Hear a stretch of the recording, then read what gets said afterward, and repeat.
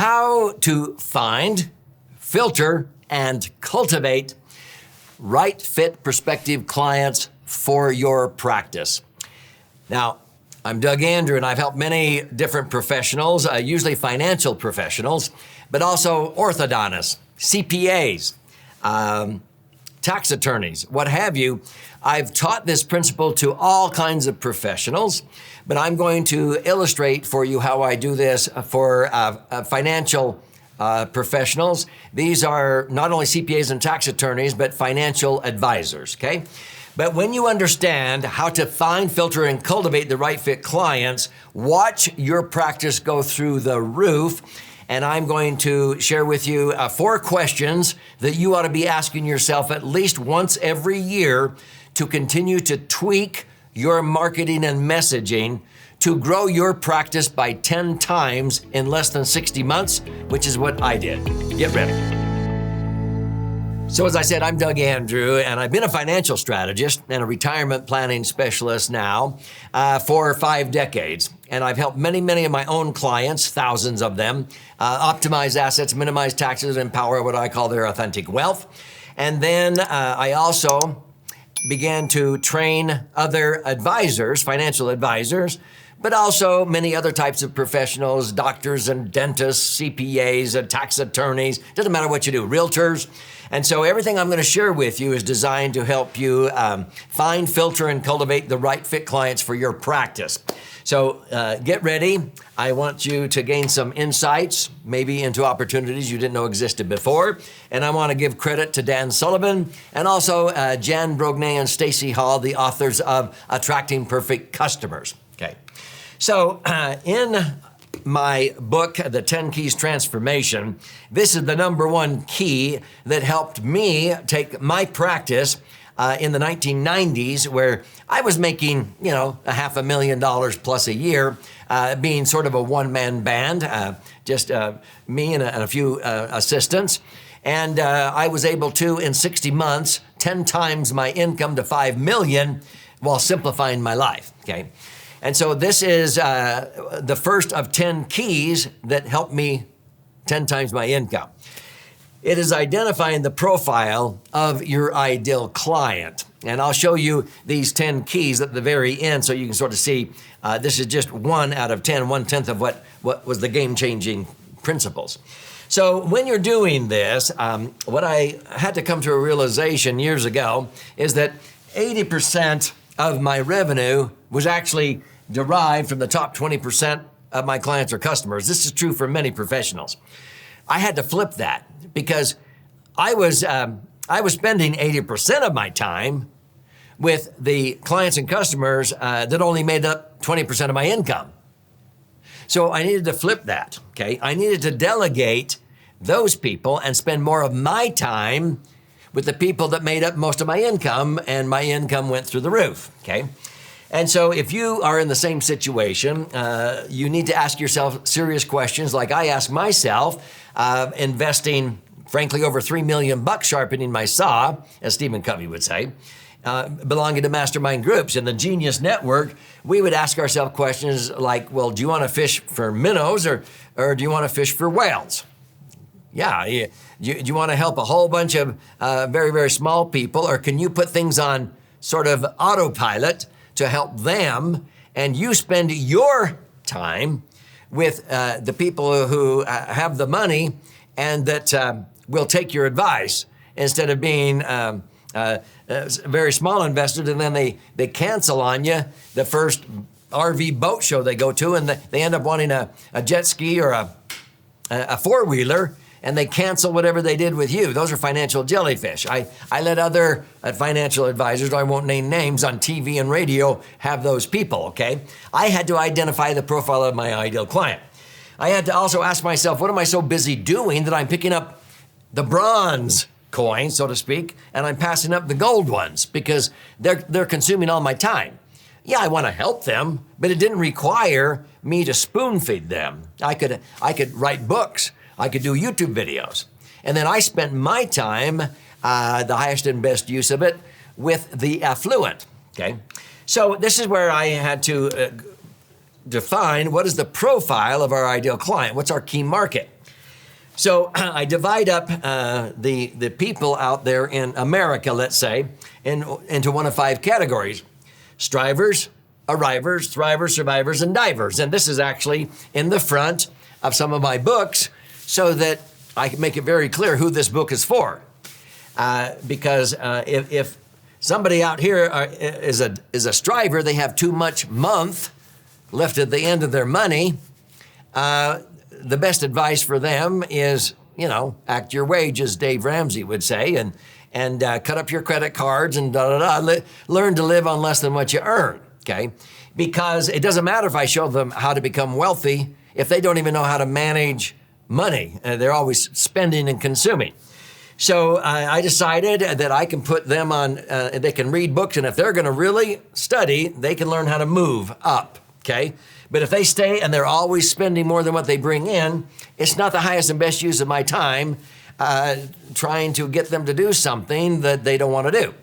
Same thing is over on this side of this bell curve. It's the divers. It's those that just want to hunker down and hope they don't outlive their money. And when you get into that mentality in retirement, this is why the word retire actually means put out of use. And it came out in the Industrial Revolution when the factories began to retire worn out equipment and put it out of use. And they said, well, let's put people out of use. See, it used to be before that, people in America, they would work out in the garden or the farm. They would work out in the fields or on the ranch until the day they died. As soon as they started working in factories and they were retired, put out of use, the average life expectancy was only 7 years. In fact, that's when Social Security was introduced. Social Security was designed never to have to pay out benefits more than an average of 7 years. Well, now people are living 20 and 25 years, they're running up health care costs, and that's why Social Security is a train wreck waiting to happen. That's another subject. But see, these are the divers. What I had to realize, what's the profile of our ideal client? So in between here, you have arrivers. Arrivers, in a nutshell, begin to live on less than what they earn. Arrivers understand the 3 marvels of wealth accumulation: compound interest, tax-free accumulation or tax-favored accumulation, and safe positive leverage. Okay, the ability to own and control assets with very little or none of your money tied up or at risk in that asset. The arrivers, they learn it and they do it once. It's like a one-off. The difference between arrivers and thrivers repeat the process. And when they repeat the process, they end up with multiple indexed universal life policies. They end up with multiple real estate rental properties or whatever they're doing. A dentist ends up with multiple dental offices or practices, okay? So they repeat the process and they thrive and they become mega wealthy. Now, survivors, oftentimes, they hit retirement and they just want to hunker down and not outlive their money, and they stop doing what they did to grow their wealth. And that's why this bell curve goes down. So we try to rescue the survivors before they turn into divers and outlive their money. And we have them move back and have them continue to have a thriving mindset. And so our goal is to get everybody to thrive, but we will take some of the arrivers and some of the survivors and bring them back into the fold, so to speak. That's our key market. Now, I'm not saying that has to be yours, but once you understand the profile like we did, all of our marketing and messaging begin to change, okay? So I met Jan Brognet and Stacy Hall one day at a mega speaking university hosted by Mark Victor Hansen. And as I was eating lunch with these ladies at our table, they had just come out with a book, Attracting Perfect Customers.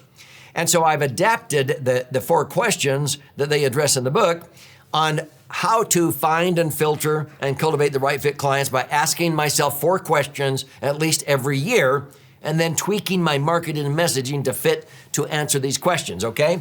So the key is this: you've got to be honest with yourself. What's the profile of our ideal client or customer or patient, okay? So 4 questions they pose in the book. Number 1, what are the attributes of my ideal client? Now, when I first did this years ago, I wrote down, well, they're open-minded, punctual, appointment keepers, grateful for advice, free in expression of their feelings. They're honest in communication. They use the tools that I provide. They respect and trust me. They have high values. Those are the attributes. And then I market a message to those. I don't worry about all those who don't fit into this category, okay? Question 2, what makes my ideal client tick? In other words, what is their main purpose for living? And who and what is most important to them? Mine were 55 to 75-year-olds, and who and what was most important to them were their children and their grandchildren and their spouse and their faith and their beliefs, their religion, and so forth. They had high values. And so I marketed to them and other people who were not attracted to that marketing and messaging. I didn't worry about them. They weren't the type of client I like to work with anyway. They didn't have my same value, so to speak. You're not trying to find as many people who you can who will fog a mirror. You're trying to narrow down the profile of your ideal client and then watch how delightful it is when you're working with the ideal client that meet your profile. Now, once you do that, the third question is, what do your ideal clients expect you to deliver? And then, of course, you underpromise and overdeliver. But the first time I did this, I wrote down, we'll give them the same advice and direction that I follow. Clarify principles and be thorough. Be available directly and indirectly. Communicate openly and honestly. Be courteous and professional. Return phone calls. Be proactive. Always have the latest and greatest. Be on time. Finish what we start. Always say please and thank you. These are what Dan Sullivan calls the referability factors. If you're frustrated because people aren't giving you referrals, are you saying please and thank you? Are you on time? Do you finish what you start? Do you do what you say you're going to do? If you don't do those four things, no wonder they're not going to refer their friends to you. I wouldn't either, okay? It's that simple, plus a lot of other things after you accomplish those four. The last and fourth question is, what do you need to do to improve your relationship with your ideal client? I wrote down the first time, communicate my desire to improve. Clarify their plan, conduct annual reviews. Give them a sense of belonging, show them appreciation. Provide reasons to respect me. Communicate that they meet my profile of an ideal client and create a meaningful transformation for them, okay? Now, I can go way deeper on all of these, but I think you're understanding the basic concept here. Now, once you find that out, then all of your marketing and messaging is geared towards attracting the people that meet that profile. Does that make sense? And you don't worry about the rest. They don't meet your profile. Now, when you do this, you will then begin to incorporate proven methods to attract right fit clients. I have found, after mentoring over 5,000 financial advisors, that most agents, let's say, have big A, little e. They have way more availability in their calendars than they have opportunities to engage with clients, okay? So many advisors, they think they're busy when they have 8 appointments in a week. 2 a day or whatever. I used to have 40 to 60 appointments in a week where I was focusing, and my sons have the same. And so what we like to do with our organization called IUL Insiders is train IUL agents, for example, how to have big E, little a. And that's a nice problem when you have that, but it means that you'll have way more people who want to engage with you, who the engagement opportunities, than you have the availability in your calendar. And so if you only have 40 to 60 appointment slots in a week, and 100 people want to talk to you every week, which is the situation with us, then you have to determine which ones meet your profile the best so that you meet with these 60, but then you have to delegate either the other 40 to other sub-agents or walk away from them because they really don't meet your profile. People say, well, who would that be? Well, it's the kind of people that, come in and they brighten up the office when they leave, if you know what I'm talking about. You want people that brighten up the room when they enter and not when they leave it. And so when you have that envious situation where you have way more opportunities to engage with clients than you have availability in your calendar, that's a nice problem. And then you have an engagement filter, which is a tool I developed, so you can determine which clients you're going to seize, which ones you're going to delegate, which ones you're going to walk away from. Okay. Now, once you move out of that, then what I do is I teach advisors things like how to focus on your ideal client's DOS. Now, DOS is a term that was developed and originated with Dan Sullivan, a good friend of mine, strategic coach. And I belonged to Strategic Coach for over 2 decades, okay? It was an investment of more than 25 grand a year, and I got a 20 times return on it all the time. And so he and another mastermind group I belong to, headed by Marshall Thurber, he recommended we read the book Blue Ocean Strategy, which is still a business bestseller. And it connotes that there's a red ocean out there. Red ocean is what most financial advisors operate in, a bloody, competitive world, sharks, okay? Blue ocean means you have uncontested market space. You make your competition irrelevant, okay? And Dan would say you do that by focusing on your client's DOS. DOS is dangers, opportunities, and strengths, okay? So for years, I've been doing this. It's not about me, it's about my clients. I am there to solve their DOS. So let me make sure you understand what I'm talking about. Too many advisors spend 80% of their time, this is time allocation, 80% of their time doing what? Competitive outmaneuvering. Always tearing down all their competition, trying to be the tallest building in town by tearing down all the other buildings. And it's like Zig Ziglar used to say, if everybody's throwing dirt, everybody's losing ground, okay? Quit doing that. Spend 80% of your time or more focusing on your clients, and you will become the competition. And so how do you do that? Well, for years on radio, on YouTube, on my books, I simply solve DOS. So for most retirees, I'm going to super simplify this, most retirees in America outlive their money due to three big dangers. What are the three big dangers? Taxes. Taxes erode away. They thought they were going to be in a lower tax bracket, and they're not because they were savers and everything like that. So it gobbles up a third or maybe 40% or more of their income at retirement. They're taking out of those IRAs and 401ks. The second danger is inflation, because irresponsible government spending and the printing of money, inflation erodes away their purchasing power and causes people to outlive their money because they have to keep getting more and more to buy the same gallons of gas and loaves of bread that they bought even 5 years earlier. The third is market volatility, okay? They have their money in a nest egg, and they see that $1 million nest egg. In 2008, it dropped 40%. Well, that was the second time in a decade. In 2001 and 2003, it dropped 40% twice. They felt like they had lost their future. They put off retirement for 7 years, and then they had to put it off for another 5 years after 2008. So you have to get rid of that. These are the dangers. Well, max-funded IUL eliminates these dangers. I have the dream solution. So what's the O of DOS? Opportunities. The three greatest opportunities that I introduce. Hey, switch to a property structured IUL, a laser fund, okay? You switch to tax-free, now you're immune. It doesn't matter what Congress raises taxes to because your income's tax-free. You don't have to worry about taxes. How about inflation? I don't like inflation any more than anybody, but it doesn't hurt me. I've always been able to outpace inflation because I'm linking my returns with indexed universal life to the things that inflate. When inflation went to 10, I was earning 15.5. When inflation went to 27% during COVID-19, our clients were earning 25 to 61.33% on IUL. You've got to understand this. You have to outpace inflation. And number three, you use indexing.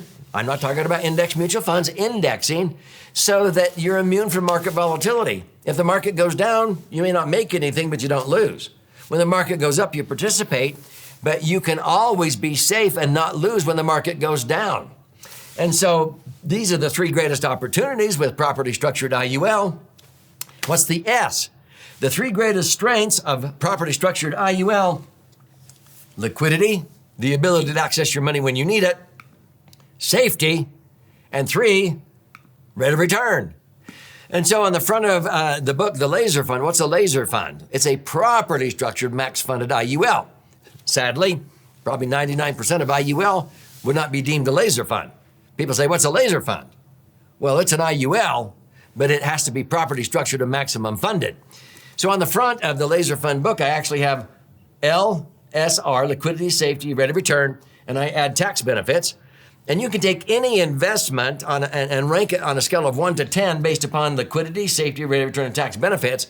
There's nothing that even comes close to a property structured IUL. It scores 35 out of 40 points. Nothing else scores higher than that. Most Americans have their money in investments that only score 18, 20, 22 at the most. okay? And so it becomes a no-brainer when I'm focusing on solving the customer's DOS. So on this 10 keys, these are the 10 principles, that's the very first one. And so if we were to go through here, and if you feel desperate and will work with anybody that'll fog a mirror, on a scale of 1 to 10, that would be only a 1 or a 2. If you know the attributes of your ideal client, the first question, well, maybe that's a 3 or 4 on a scale of 1 to 10. If you have adequate clients, but you don't know how to improve relationships or how to best deliver your services, that's a score of 5 or 6. That's only halfway there. If you know the profile of your ideal client, but only 20% of your time is invested with those making up 80% of your income, that's where I was at. That's only a 7 or 8. To 10 times your income, you've got to increase the score to 9 or 10 out of 10. You devote 80% of your time with the ideal clients who make up the top 80% of your income. The other 20%, it's almost like pro bono. You're doing it because you love mankind, but you're doing it in ways that doesn't drain you from being in front of the right fit client. Does that make sense?